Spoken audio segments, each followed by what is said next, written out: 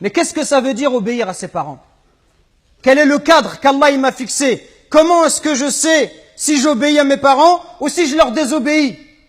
Peut-être que j'ai répondu à mes parents, peut-être que j'élève la voix sur eux, peut-être que je leur crie dessus, peut-être même, wal'iyadou billah, à notre époque, il n'y a rien d'étonnant, peut-être même que certains, ils insultent leurs parents, voire même ils lèvent la main sur eux ou ils les frappent.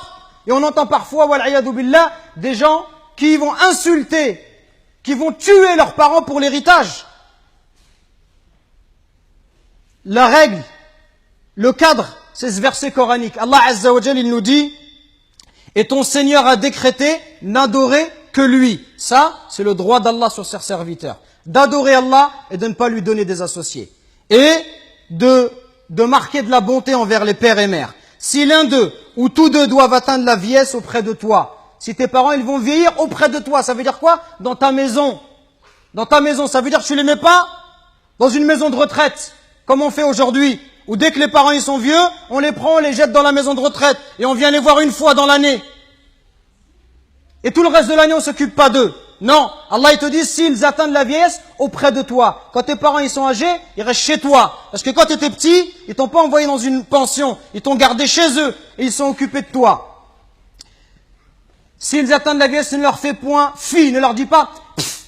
Ça, juste le fait de dire mes frères et sœurs. Comprenez bien ce qu'Allah il nous demande. Le simple fait de dire à son père, pff, ça c'est interdit. Que dire de celui qui se plaint et qui dit à son père ou à sa mère, tu comprends rien, mais c'est toujours pareil avec toi, mais ceci, mais cela. Allah il t'a interdit de juste dire pff. Et ne les brusque pas, mais adresse-leur des paroles respectueuses. Et par miséricorde, abaisse pour eux l'aile de l'humilité et dit, invoque pour tes parents, ô mon Seigneur, fais-leur à tout de miséricorde, comme ils m'ont élevé tout petit. Et il n'y a que lorsque tu seras toi-même un père de famille, ou lorsque tu seras, ma sœur, une maman, que tu vas comprendre la valeur de ta mère et de ton père. Quand tu vas voir que la mère, pendant 9 mois, elle te porte et elle subit les difficultés. Elle subit des coups de ta part. Que lorsque tu nais, le jour où Allah t'a mis au monde, ce jour-là, ta mère, elle a l'impression qu'elle allait mourir, tellement les douleurs, elles sont intenses. Et les hommes, on ne sait pas de quoi on parle quand on parle de cela. Il n'y a qu'une femme qui peut l'expliquer. Quand ta mère, pendant 2 ans, elle t'a allaité, elle dormait pas la nuit. Pendant 2 ans, tu lui as perturbé son sommeil. Quand tes parents, à 4 heures du matin, ils sont levés pour aller travailler, pour t'acheter des vêtements. Quand lorsque tu es malade, ta mère, elle trouve pas le sommeil. Même quand tu as 30 ou 40 ans, si tu rentres à 1 heure du matin, ta mère, elle t'attend encore pour demander de tes nouvelles ou pour te préparer à manger. Qui va se comporter avec toi si c'est pas ta mère et ton père? Qui va se comporter comme ça avec toi? Et nous, on est gentils avec nos copains.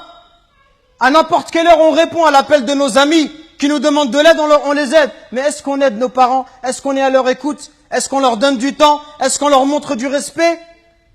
Les anciens, ils disaient, Zayd al-Abidin, le petit-fils de Ali ibn Abi Talib, il disait, on lui disait, toi, t'es quelqu'un de très bon avec tes parents, pourquoi tu manges jamais avec ta mère? Il dit, parce que j'ai peur, si ma mère, elle voit dans l'assiette quelque chose qu'elle a envie de prendre, et si je le prends avant elle, j'ai peur qu'Allah, il compte cela comme de la désobéissance. Et il disait rien d'étonnant à cela. Il disait, ceux qui ont vécu avant nous, ils considéraient comme un manque de respect envers les parents que d'habiter au premier étage et que de laisser habiter les parents au rez-de-chaussée. Regardez jusqu'où ça allait. Allahu Akbar.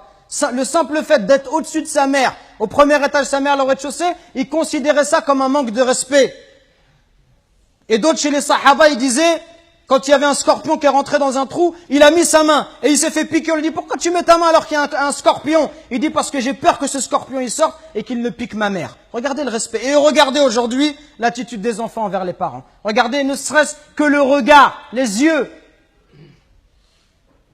Wallahi mes frères, si nos parents ils invoquent contre nous, wallahi c'est pour nous le malheur dans la vie d'ici-bas et dans celle de l'au-delà. Allah Azza wa Jal, par l'intermédiaire du prophète alayhi salatu wassalam, il nous dit qu'Allah il a interdit le paradis. Interdit le paradis à celui qui désobéit à ses parents.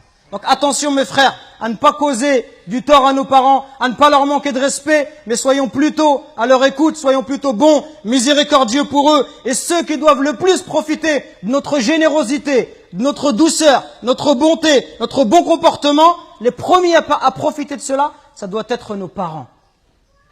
Parce que viendra un jour où ils vont partir Et le jour où ils vont partir, tu vas regretter. Et tu vas dire, ah, si je pouvais encore faire du khair à mon père, si je pouvais encore faire du khair à ma mère. Allah